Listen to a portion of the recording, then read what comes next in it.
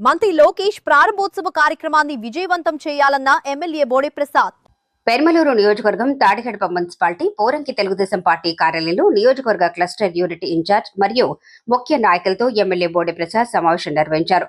రాష్ట్ర విద్య, ఐటీ మరియు ఎలక్ట్రానిక్ శాఖ మంత్రి శ్రీ నారా లోకేష్ గారి చేతుల మీదుగా ఈ నెల 27వ తేదీన ప్రారంభోత్సవ కార్యక్రమానికి విచ్చేస్తున్న సందర్భంగా పార్టీ నాయకులు, కార్యకర్తలు, ప్రజాప్రతినిధులు, యువత, మహిళలు మరియు ప్రజలు అధిక సంఖ్యలో పాల్గొని ఘన విజయం చేయాలని ఆయన విజ్ఞప్తి చేశారు.